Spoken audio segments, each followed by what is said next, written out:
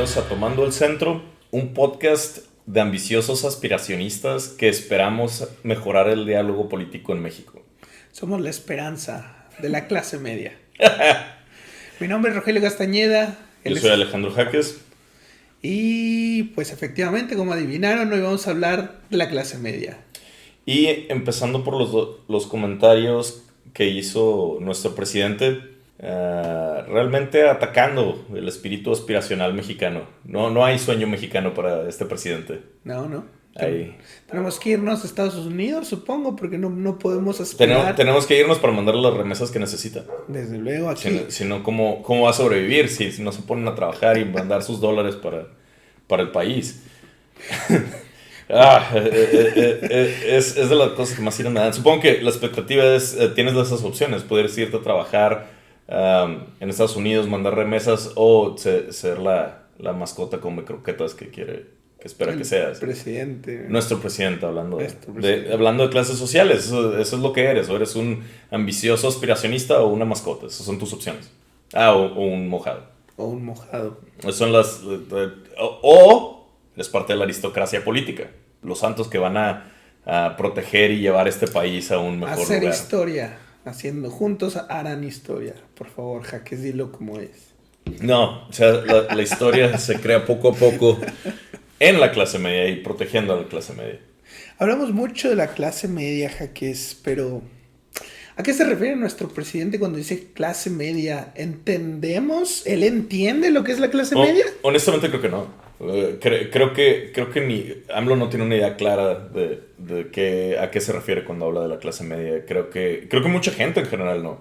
He estado viendo la conversación al respecto tanto a quienes les cayó el saco como a quienes no, quienes se sienten un poco envidiosos de que no les cayó ese saco de clase media. Y todos están hablando de este número, se hizo muy famoso, que es los 50,000. Los 50,000, el ingreso mediano mensual de una familia, de un hogar mexicano. A mí se me hace muy curioso que los 50,000 sean, según el INEGI, el ingreso de la clase alta. Ya de una familia, del mayor decir, del 10% más que más gana en el país tiene esos ingresos como medianos, ¿no? Ahora, importante saber, esos son los ingresos medianos, hay muchos más arriba y hay algunos más abajo. Ese es un número que tienes que como analizar un poco más. Sí, pero me sorprende el tema de que eso sea lo que junta una familia. Está a nivel nacional. Está muy, muy cabrón que nuestra clase alta tenga más o menos ese porcentaje, ese promedio. ¿Pero lo tiene realmente? Yo no creo que lo tenga. Yo creo que... Y lo puedes ver. Si lo agarras y lo pulverizas a nivel estado, no es eso. Esos 50,000 se vuelven 100,000 en la Ciudad de México. O se vuelven menos 30,000 en Chiapas. O sea, 30,000, 40,000 creo que es el número. Que es el decir más alto en Chiapas. O sea, si agarras y te vas a la mitad de lo que se gana, que lo que sería como medio, el exacto medio, el quinto quintil de la población de los que más ganan, estás hablando, deja tú la diferencia entre los 50,000, los que más ganan otra vez con Ciudad de México, que son como nuestros ingresos más altos, está hablando de 15,000 pesos mensuales. Con eso vive una familia media en Ciudad de México, pero en Chiapas son 5,000. Es un tercio con lo que vive. Somos un país que normalmente hablamos de toda nuestra diversidad cultural, de toda nuestra diversidad de cómo el norte, el centro, el sur... diferentes Méxicos. Diferentes Méxicos. Siempre hablamos de diferentes Méxicos y siempre queremos describirlo e inclusive tomar políticas y comentar sobre él. Hablamos de un promedio. Un promedio que es lo más mentiroso que puedes tener en un país tan diverso como el de nosotros. Bueno, quizás exagero, no lo más mentiroso. Pero definitivamente no es una realidad, no es una buena aproximación a cómo lidiar con las políticas para mejorar el país. Eso es cierto. Al final de cuentas, no son las mismas necesidades. No gasta lo mismo en comida el sur del país que el norte. no gastamos lo mismo de luz. No tienen acceso a los mismos trabajos. Tiene acceso No tienen el mismo nivel educativo, a pesar de que hemos intentado obligar a todos a tener el mismo.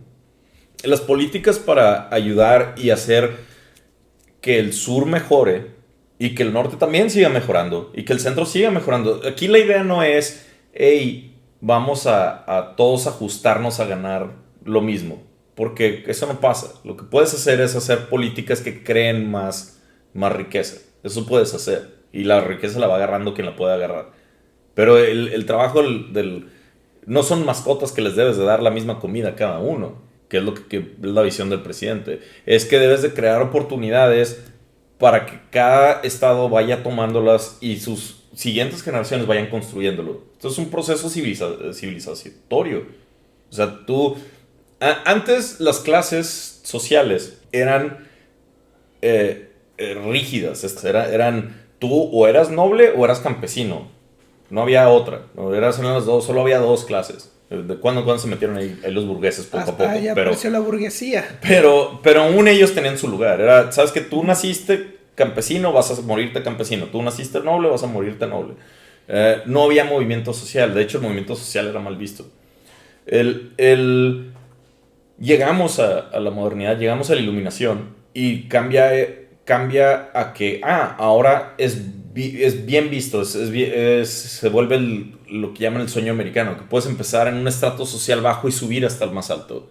Y ahí es donde se empieza a estratificar, ahí se empiezan a crear clase alta, clase media alta, clase media baja, clase baja, pobreza extrema y demás, porque cada vez empezamos a ver más a detalle estas clases sociales y empezar como las generaciones, ¿no? O sea, vemos la edad media que son 1000 años como una sola grupo de personas, pero los millennials son de aquí a acá y los generación X de aquí a aquí, los ahora centennials y quién sabe cuántas otras, y estamos cada vez haciendo más chiquitos las generaciones. No, tiene que ver con la tecnología, ¿no? También por el avance de la tecnología, la información que se va acumulando, la ciencia. No lo dudo, pero en la cuestión de clasificaciones creo que tiene que ver más con simplemente marketing y que tenemos mucho tiempo libre y mucha riqueza. La riqueza del mundo moderno es inédita, no había existido en toda la historia del mundo. Entonces estamos de acuerdo en la idea de que, por ejemplo, muchas veces escuchamos esta idea, sobre todo en mi generación, de que el mundo está cada vez peor, de que hay cada vez más pobreza, cada vez más clasismo, cada vez más racismo. ¿Esa noción es un poco exagerada? ¿O es mucho exagerada? Es mucho exagerada. En este momento vivimos en el mejor punto de la humanidad a lo largo de sus años de historia. Sí. Yo no tengo problemas diciendo que sí. No, yo tampoco, pero... Y estoy de acuerdo que es un mal falso que tenemos comúnmente. Digo, hay cosas donde hemos disminuido y o sea, el camino hacia el progreso no es una línea recta, hay caídas, hay mesetas. De nuevo, por ejemplo, definitivamente hay más clases sociales, entonces pero hay más clasismo. Pero entonces, ¿de dónde nace esta idea, esta casi obsesión porque todos seamos iguales? ¿De dónde nace esta idea de que mientras más igualitaria sea tu sociedad, mejor vamos a vivir todos? Con Marx, y es una de las tantas cosas en las que estaba mal. Maldito socialismo. Hay pocas personas que han estado más mal que Marx. Y en serio, o sea, hasta su matemática estaba mal. Podríamos hacer un segmento entero de Marx. Definitivamente hay que hacer un programa sobre el comunismo, porque a pesar de que es una de las personas que está más obviamente mal en todo, la gente sigue creyendo en él, entonces hay que seguir hablando de él. Pero estoy contigo. Una de las ideas y no exactamente, a veces Marx es un mal... Pero ahí inició la obsesión, como mencionabas. Marx en sí no estaba a favor de igualdad como la describen muchos de los fans del socialismo. Marx tenía ideas raras y de nuevo estaba mal en todo. Pero empieza ahí esa idea de igualdad, de que el problema son las clases sociales, la pelea entre las clases. El problema son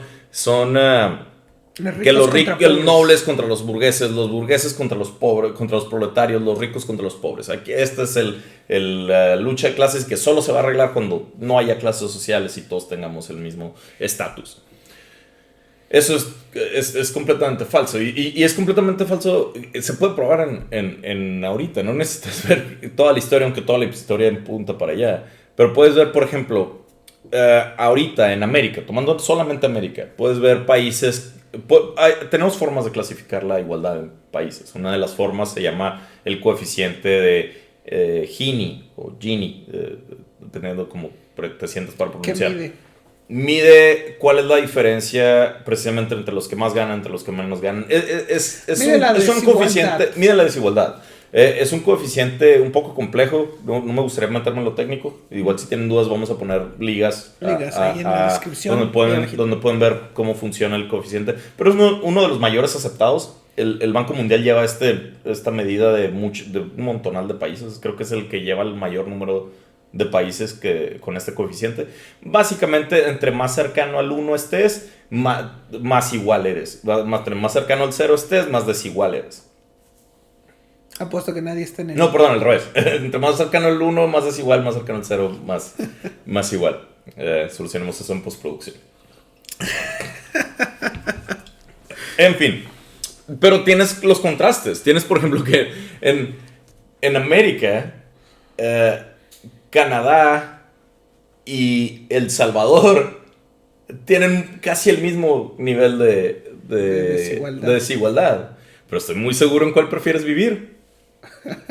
No me hagas decir, no me hagas responder eso, por favor. Vamos con otro ejemplo. Estados Unidos y Haití. Haití.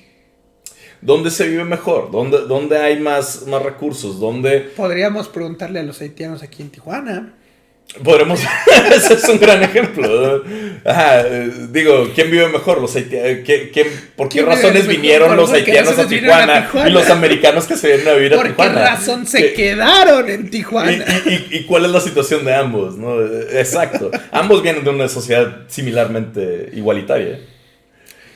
Y de nuevo, hay muchos ejemplos. ¿Cómo está África en cuestión de igualdad? En general tienen niveles muy, muy buenos de igualdad. Son muy iguales.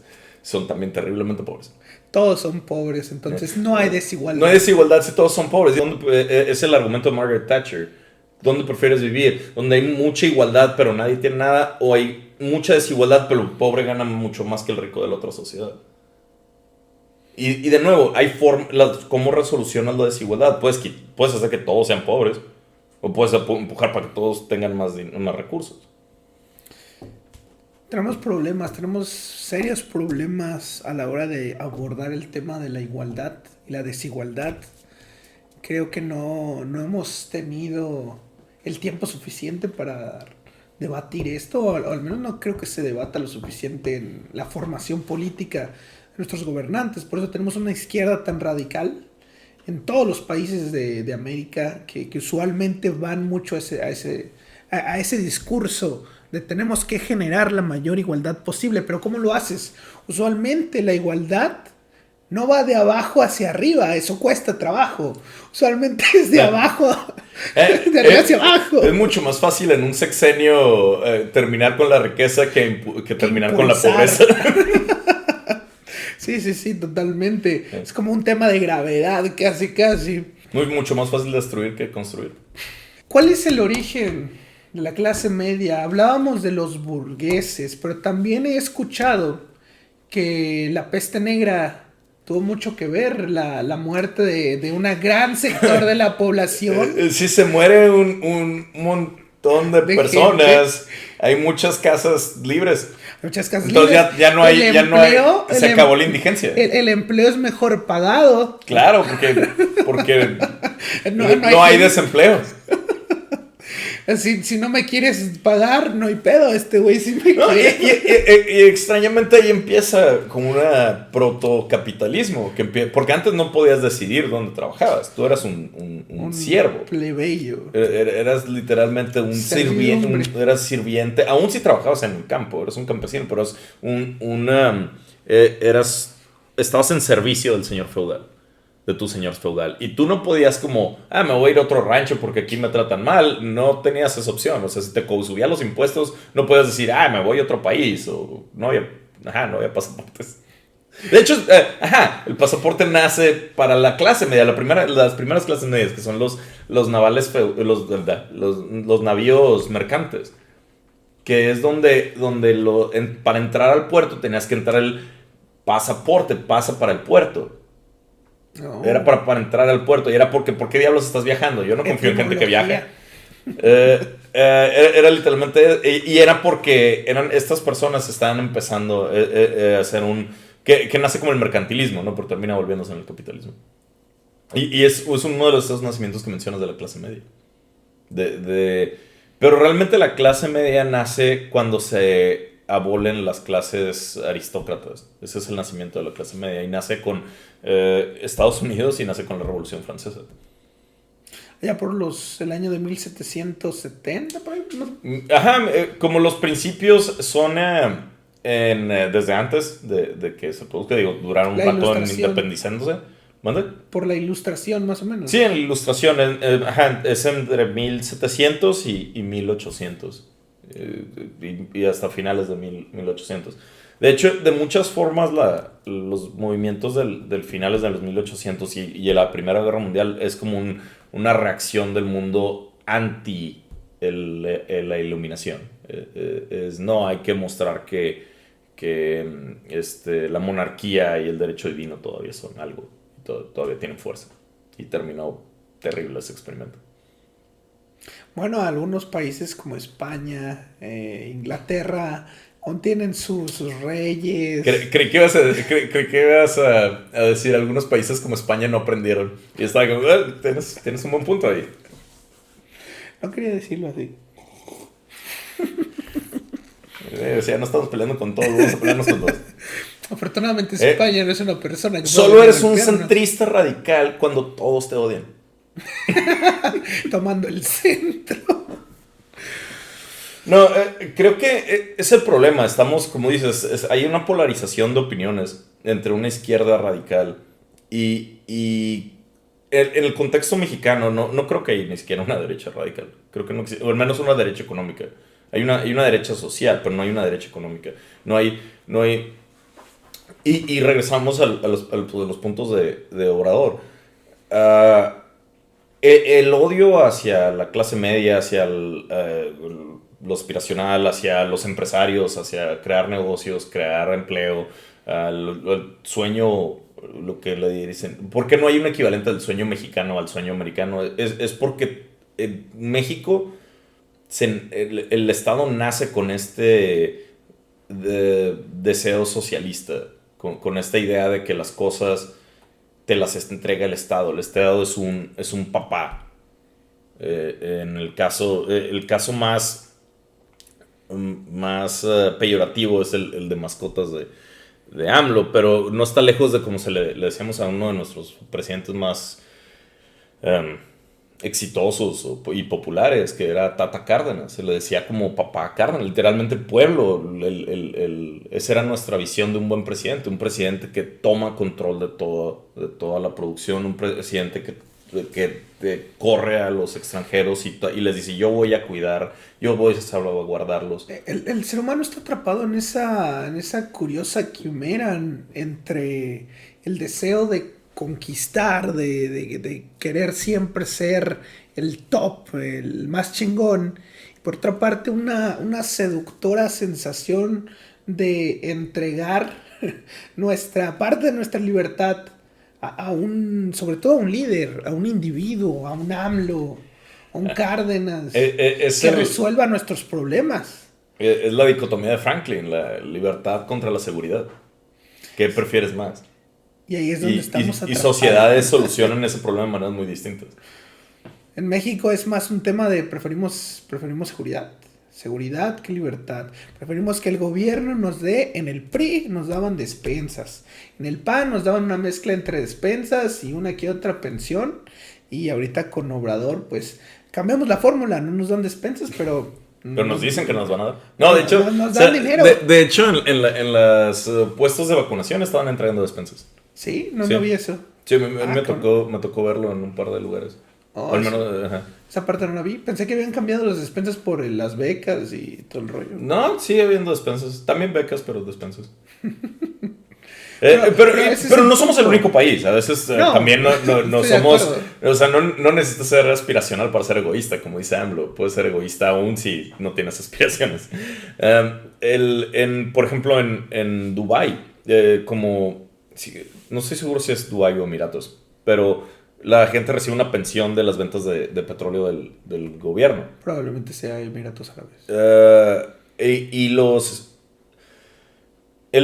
Lo que ha causado esto es que ya no tienen trabajadores. Pues ya no ocupan. Bueno, pero sí ocupan conserjes y ocupan... No. O sea, yo ya no ocupo trabajar, ¿no? Exacto. Entonces, a mí el gobierno me debe dar. No, y tienen esa postura. O sea, cuando por alguna razón cambian los precios del petróleo, les toca menos dinero, se ofenden y hacen marchas y dicen, ¿cómo? No me das lo que me merezco. Y es como, canijo, amigo, ¿quién te dijo que te merecías nada? No estás trabajando, no eres nadie. Soy ciudadano. No, eres ciudadano. Tú debes de trabajar para mejorar tu país. No tu país mejorarte a ti. Eso no, tu país como te da las bases. No creo que lo estén mejorando. Cuando le das dinero a alguien, no creo que estés mejorando. Yo estoy completamente de acuerdo. No es una mejora. Es sin embargo, la forma en la que lo vemos. O sea, es la visión esa te digo, Tata Cárdenas. Y ahora es lo que quiere ahora tomar Obrador. De una manera mucho más ofensiva y más mezquina de lo que alguna vez hizo Cárdenas. Yo no estoy en contra de Cárdenas, pero sí estoy en contra de esa idea de esperar que mi gobierno papá venga y me resuelva mis problemas. El gobierno no es mi papá es mi papá. Yo no diría gobierno papá porque el papá todavía te impulsaría y te diría, órale, mijo, chíngale. Yo me voy más por... Un buen padre, sí. Un mal padre, ¿no? Yo me voy más por el término de nani. El estado niñera. Sí. Pues, diferentes términos, pero sí. El punto es la idea esta por ejemplo, en el plan de nación de AMLO, la base del plan de nación. Si algún morenista quiere debatir el plan de nación, me encantaría porque busqué muchos y nadie quiso debatirlo conmigo.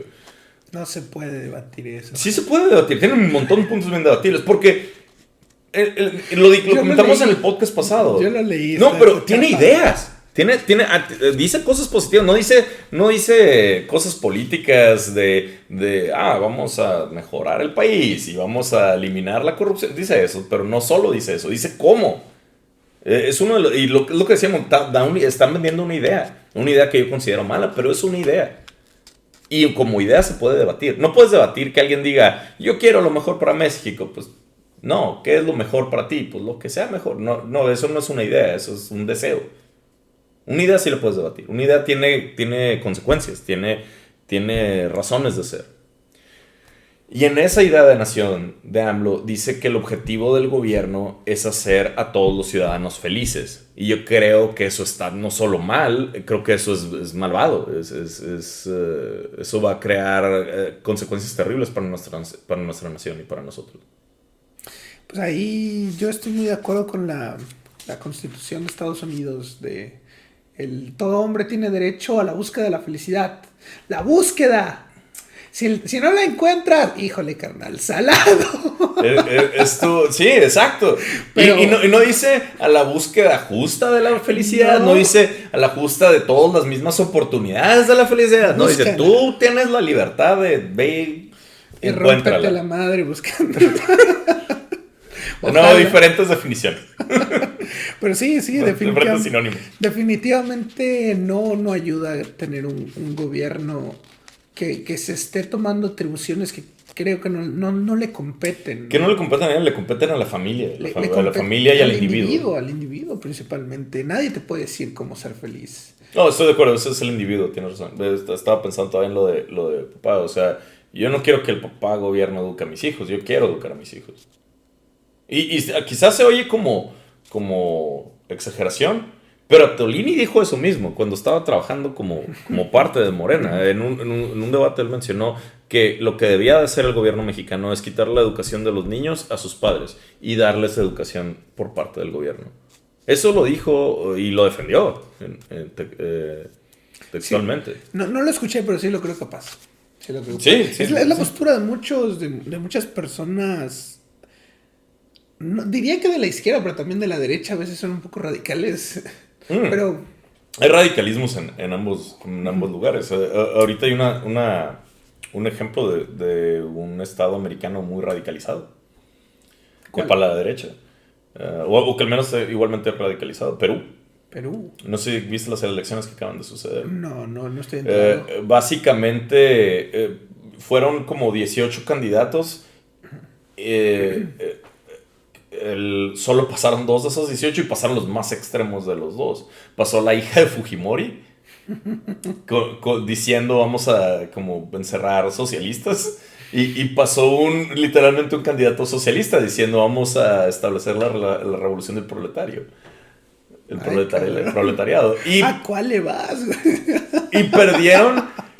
Estuvieron, creo que a un punto de diferencia. Estuvieron a un reconteo Ganó la extrema derecha. Ganó la extrema izquierda. Extrema izquierda. Y extrema derecha, antes, no solo se declaró victoriosa antes de terminar de contar, sino aplicó la señor Trump y dijo: me robaron y demandó. Y ahorita traen un problema muy grande.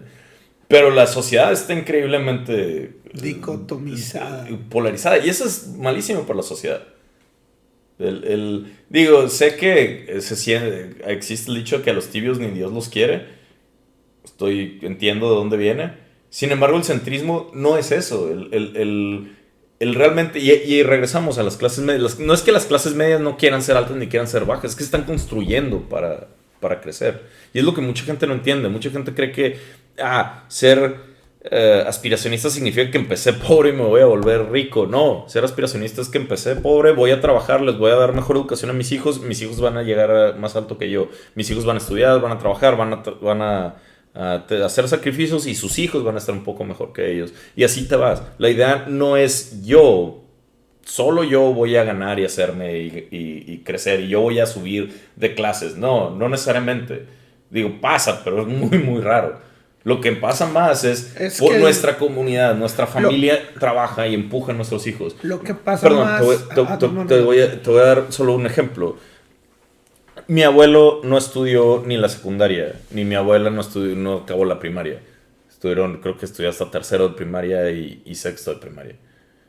Y sus hijos terminaron la universidad gracias a los sacrificios que él hizo trabajando como albañil y trabajando con los trabajos que conseguía y construyendo su casa con sus manos.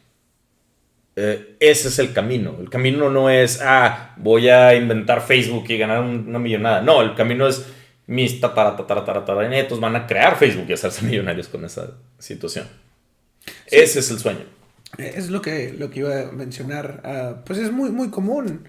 Trabajadores como el que hace la limpieza, el que vende pan, usualmente están trabajando para que sus hijos estudien y poco a poco sus hijos tengan más oportunidades. Pero sí está cabrón que de pronto te digan que eso está mal. No solo eso, está cabrón, estoy de acuerdo que está cabrón. No hay una mejor palabra para describirlo, que te diga eso el presidente. O sea, estoy partiéndome el rabo todos los días y me dices que soy egoísta por ello. No sabes lo increíble que es sacrificar es increíble, es maligno. Sin embargo, está aún más insidioso cuando les estás cortando las piernas a esos sueños. ¿Qué es lo que está haciendo ahorita? La razón por la que mi abuelo pudo hacer eso es porque las universidades autónomas tenían un nivel muy alto, donde si estudiabas ahí te ofrecían muchas carreras exitosas al futuro. El nivel educativo en las universidades mexicanas ha disminuido muchísimo. AMLO les quitó recursos, por lo tanto bajó aún más el nivel educativo y creó universidades falsas, universidades que no son universidades, que no están preparando a la gente para nada, no son ni siquiera universidades técnicas, son universidades que están haciendo que morros que sus papás trabajaron mucho para que tuvieran esta oportunidad, gasten 4 años de su vida y salgan peor preparados de cómo entraron. Y eso realmente es ofensivo. Eso es matar a la clase media. Eso es decirle, ¿sabes qué? Son mascotas. Solo necesitas un título falso que te doy, pero que no te preparó para nada. No te enseñó matemáticas, no te enseñó ingeniería, no te enseñó cómo construir casas, no te enseñó cómo hacer contaduría de deudas, no te enseñó cómo hacer realmente más recursos y cómo seguir el sueño. Lo único que hizo es quitarle el esfuerzo a tu papá panadero que se levantó todas las mañanas para darte esa oportunidad. Le robaste la oportunidad. Y eso. Y luego le dice, pero te estoy dando una beca para por si no trabajas ni estudias. Pero te estoy dando croquetas. Eso es maldad. Eso es maldad. Y esos son los comentarios que hizo. No, sí, definitivamente la mediana de esta estadística dice que esto exactamente es la clase media en México. Eso es medio irrelevante. Estás cortándole las piernas a tu sociedad. No para estos años, para los 20 que siguen. Le estás robando otra década a México. Y eso me da coraje. Eso me da mucho coraje. Esta parte de la creo que sería muy extraño terminar el podcast en una nota tan cruda, pero es que la realidad que estamos viviendo es muy cruda. Yo, por ejemplo, soy de la generación que estudió en una universidad pública y que te sacan como si fueras pinche bolillo dentro de una generación de como 100 cabrones al mismo tiempo.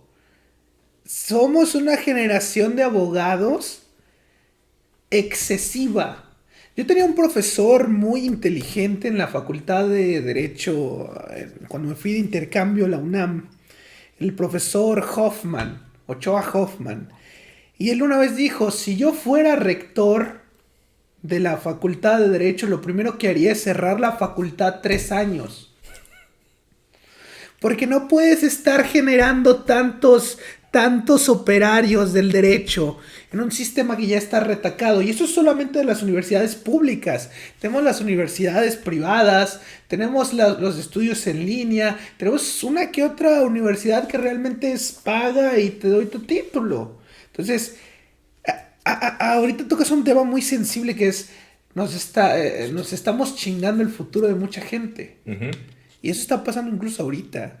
Muchos licenciados prefieren... Esto es un chiste muy recurrente, pero es un chiste muy serio. ¿Cuántos licenciados prefieren trabajar en Uber que ejercer? Porque... Y hay mucha gente que dice, no, es que deberías trabajar y te pago con experiencia, pero uno no come de experiencia. Uno no paga las deudas.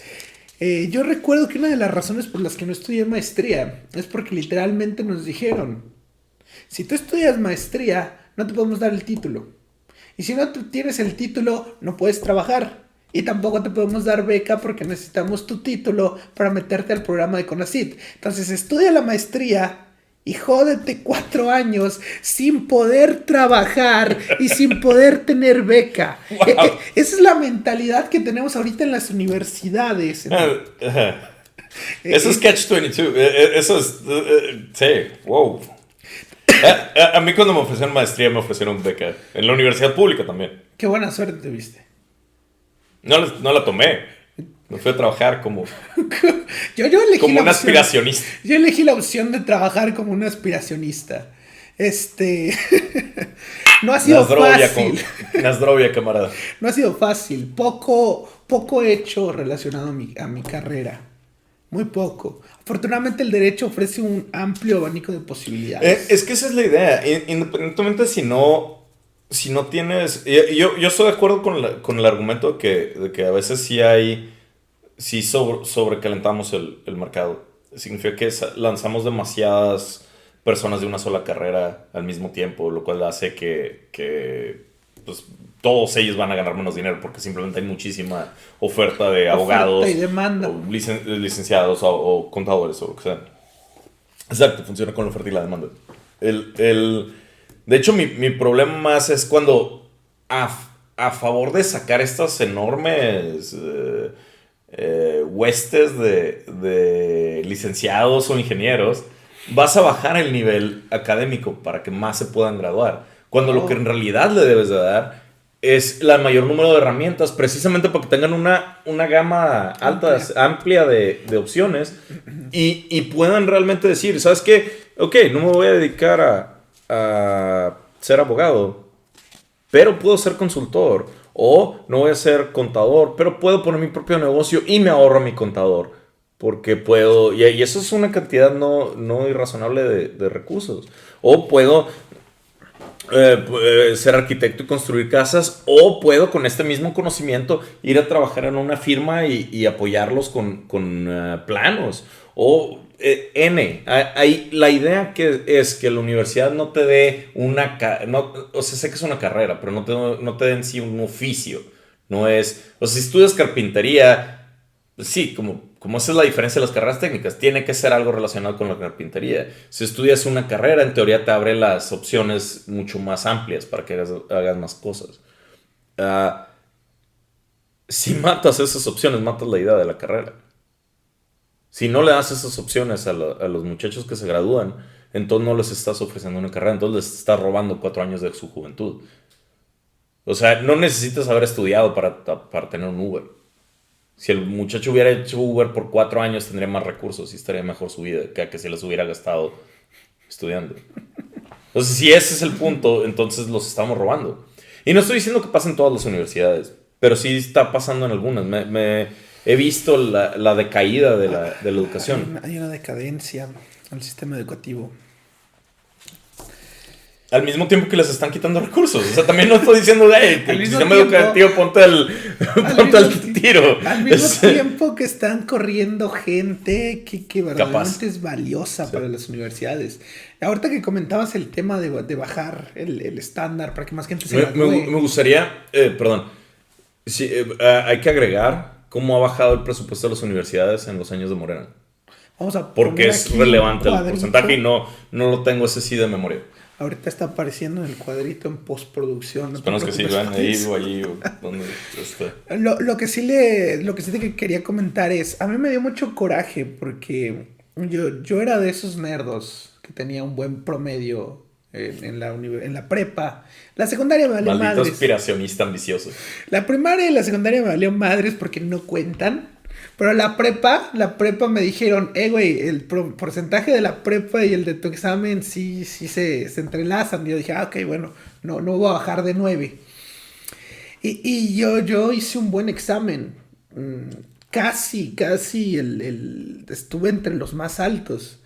De pronto me entero de que yo estaba aquí en cuanto a porcentaje. Dejaron entrar a los güeyes de acá. Tú pudiste haber entrado en medicina. Yo pude haber entrado en medicina. Y te conformaste con derecho. No tuve una buena orientación vacacional. Pero pues, sí es molesto. Claro, es molesto de saber que se están bajando los estándares para que más gente estudie. Sí. Bajo la excusa de si bajamos el nivel va a haber más profesionistas. Si hay más profesionistas, vamos a generar más posibilidades de que se ganen la vida. Y no es así. Exacto. Y esa es la cosa, estás engañando a la gente. Porque no les estás dando una mejor posibilidad de vida. De hecho, estás bajando la posibilidad de vida de los buenos. Porque, ¿qué es lo que ofrecen las universidades? A los estudiantes les ofrecen, obviamente, sabes que pues, ahí te va tu título y está preparado. ¿Por qué lo ofrecen?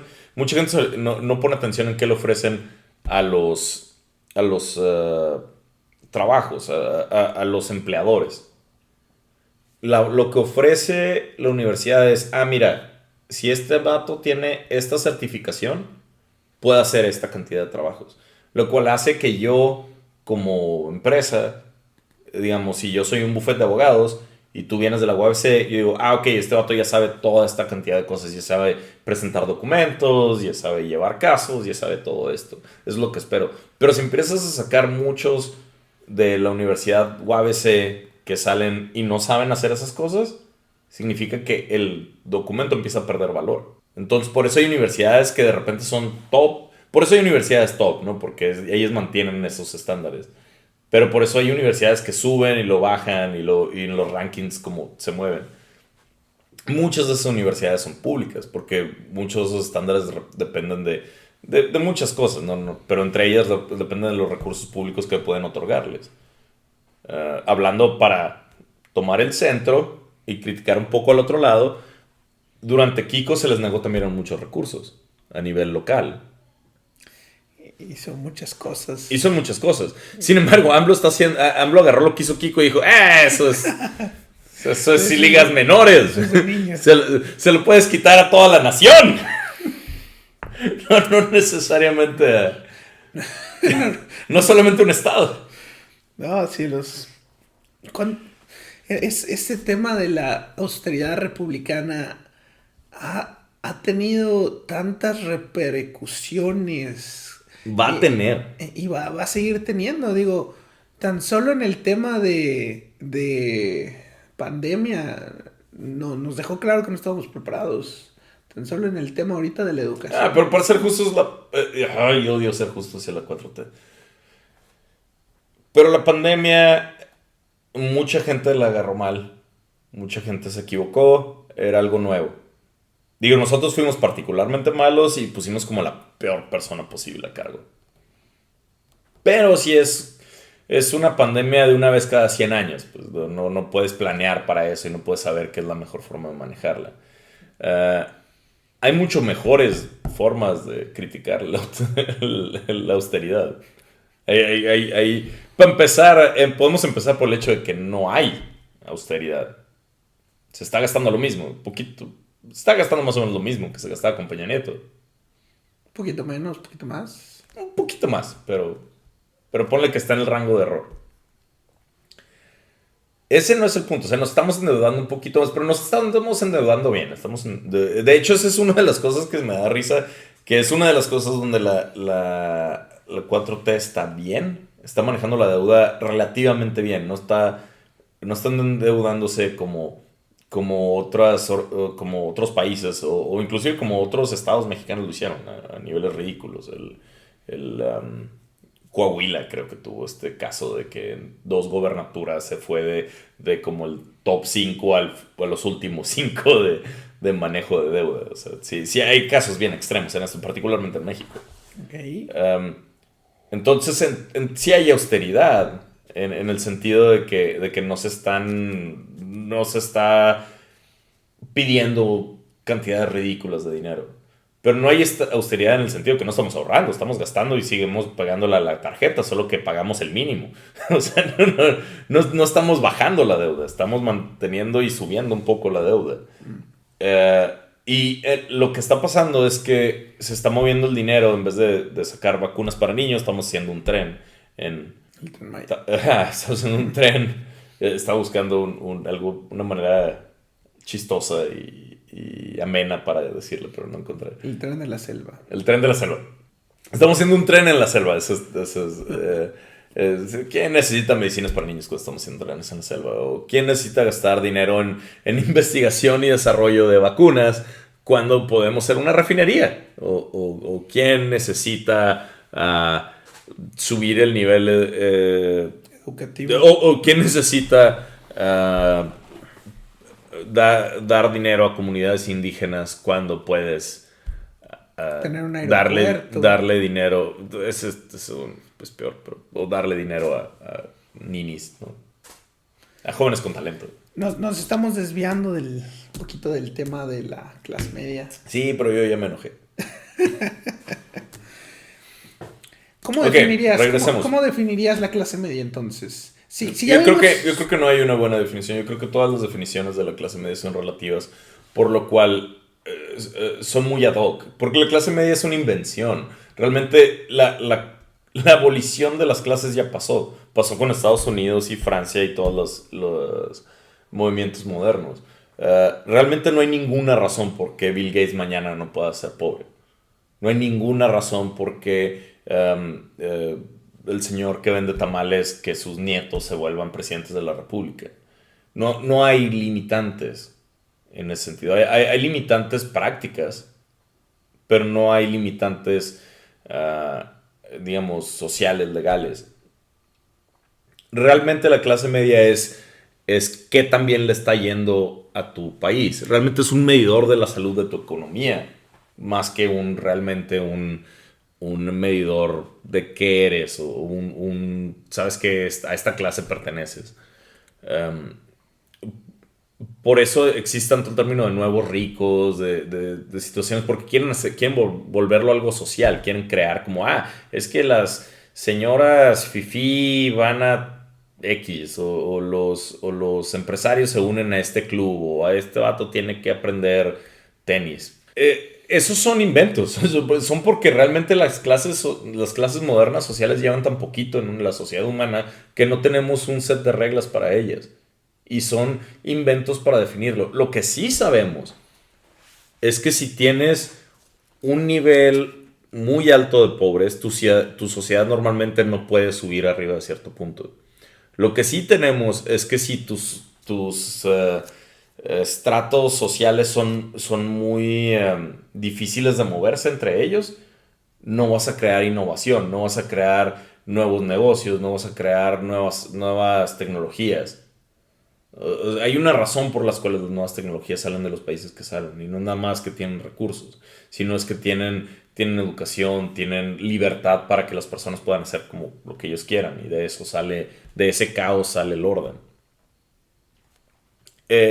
La clase media, y si ves las definiciones de INEGI, por ejemplo, de la clase media, es que tengan una tele, que estén casados, que cosas que es como, ¿eso qué tiene que ver con ser clase media? Son simplemente relaciones estadísticas entre tener cierta cantidad de lana y cosas que podemos medir.